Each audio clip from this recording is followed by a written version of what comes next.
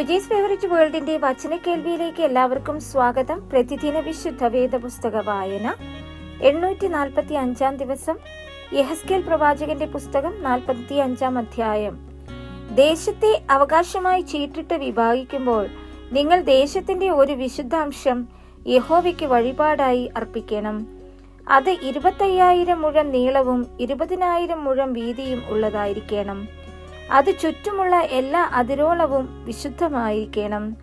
അതിൽ 500 മുഴം നീളവും 500 മുഴം വീതിയുമായി ചതുരശ്രമായൊരു ഇടം വിശുദ്ധ സ്ഥലത്തിന് ആയിരിക്കണം. അതിന് ചുറ്റുപാട് 50 മുഴം സ്ഥലം വെളിമ്പ്രദേശം ആയി കിടക്കണം. ആ അളവിൽ നിന്ന് നീ 25,000 മുഴം നീളവും 10,000 മുഴം വീതിയും അളക്കണം. അതിൽ അതിവിശുദ്ധമായ വിശുദ്ധ മന്ദിരം ഉണ്ടായിരിക്കണം. അത് ദേശത്തിന്റെ വിശുദ്ധാംശമാകുന്നു. അത് യഹോവയ്ക്ക് ശുശ്രൂഷ ചെയ്യുവാൻ അടുത്തു വരുന്നവരായി വിശുദ്ധ മന്ദിരത്തിലെ ശുശ്രൂഷകന്മാരായ പുരോഹിതന്മാർക്കുള്ളതായിരിക്കണം. അത് അവരുടെ വീടുകൾക്ക് സ്ഥലവും വിശുദ്ധ മന്ദിരത്തിനുള്ള വിശുദ്ധ സ്ഥലവുമായിരിക്കണം. പിന്നെ 25,000 മുഴം നീളവും 10,000 മുഴം വീതിയും ഉള്ളത് ആലയത്തിന്റെ ശുശ്രൂഷകന്മാരായ ലേവ്യർക്ക് പാർപ്പാൻ ഗ്രാമങ്ങൾക്കായുള്ള സ്വത്തായിരിക്കണം. വിശുദ്ധാംശമായ വഴിപാടിന്റെ പാർശ്വത്തിൽ നഗര സ്വത്തായി 5,000 മുഴം വീതിയിലും 25,000 മുഴം നീളത്തിലും ഒരു സ്ഥലം നിയമിക്കണം. അത് ഇസ്രായേൽ ഗൃഹത്തിനൊക്കെയും ഉള്ളതായിരിക്കണം.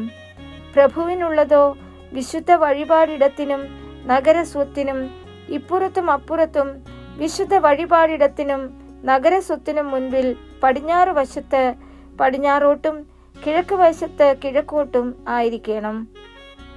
അതിന്റെ നീളം ദേശത്തിന്റെ പടിഞ്ഞാറേ അതിരു മുതൽ കിഴക്കേ അതിരു വരെയുള്ള അംശങ്ങളിൽ ഒന്നിനോട് ഒത്തിരിക്കണം. അത് ഇസ്രായേലിൽ അവനുള്ള സ്വത്തായിരിക്കണം. എന്റെ പ്രഭുക്കന്മാർ ഇനി എന്റെ ജനത്തെ പീഡിപ്പിക്കാതെ ദേശത്തെ ഇസ്രായേൽ ഗൃഹത്തിലെ അതത് ഗോത്രത്തിന് കൊടുക്കണം. യഹോവയായ കർത്താവ് ഇപ്രകാരം അരുളിച്ചെയ്യുന്നു: ഇസ്രായേൽ പ്രഭുക്കന്മാരെ മതിയാക്കുവിൻ. സാഹസവും കവർച്ചയും അകറ്റി നീതിയും ന്യായവും നടത്തുവിൻ.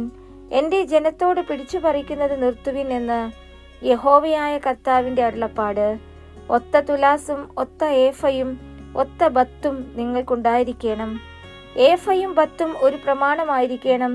ബത്ത് ഹോമേരിന്റെ 10 ഏഫ ഹോമേരിന്റെ 10 ആയിരിക്കണം.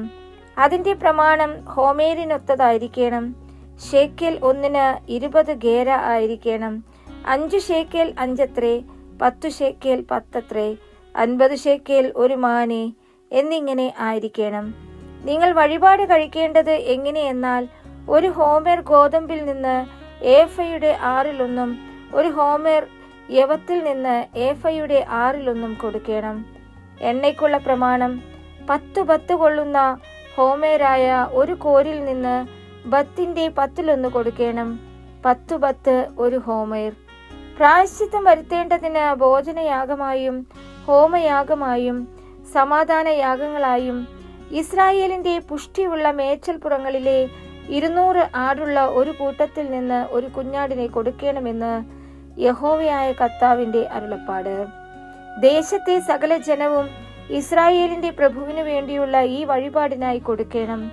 ഉത്സവങ്ങളിലും അമാവാസികളിലും ശബ്ബത്തുകളിലും ഇസ്രായേൽ ഗൃഹത്തിന്റെ ഉത്സവ സമയങ്ങളിലൊക്കെയും ഹോമയാഗങ്ങളും ഭോജനയാഗങ്ങളും പാനീയ യാഗങ്ങളും കഴിപ്പാൻ പ്രഭു ബാധ്യസ്ഥനാകുന്നു. ഇസ്രായേൽ ഗൃഹത്തിന് പ്രായശ്ചിത്തം വരുത്തേണ്ടതിന് അവൻ പാപയാഗവും ഭോജനയാഗവും ഹോമയാഗവും സമാധാനയാഗങ്ങളും അർപ്പിക്കണം. യഹോവയായ കർത്താവ് ഇപ്രകാരം അരുളിച്ചെയ്യുന്നു: 1-ാം മാസം 1-ാം തീയതി നീ ഊനമില്ലാത്ത ഒരു കാളക്കുട്ടിയെ എടുത്ത് വിശുദ്ധ മന്ദിരത്തിന് പാപപരിഹാരം വരുത്തേണം. പുരോഹിതൻ പാപയാഗത്തിന്റെ രക്തത്തിൽ കുറെ എടുത്ത് ആലയത്തിന്റെ മുറിച്ചുവരിലും യാഗപീഠത്തിന്റെ തട്ടിൻ 4 കോണിലും അകത്തെ പ്രാകാരത്തിന്റെ ഗോപുരത്തിന്റെ മുറിച്ചുവരിലും പുരട്ടേണം. അങ്ങനെ തന്നെ നീ 7-ാം മാസം 1-ാം തീയതിയും അബദ്ധത്താലും ബുദ്ധിഹീനതയാലും പിഴച്ചുപോയവനു വേണ്ടി ചെയ്യണം. ഇങ്ങനെ നിങ്ങൾ ആലയത്തിന് പ്രായശ്ചിത്തം വരുത്തേണം. 1-ാം മാസം 14-ാം തീയതി മുതൽ നിങ്ങൾ 7 ദിവസത്തേക്ക് പെസഹ പെരുന്നാൾ ആചരിച്ച് പുളിപ്പില്ലാത്ത അപ്പം തിന്നേണം.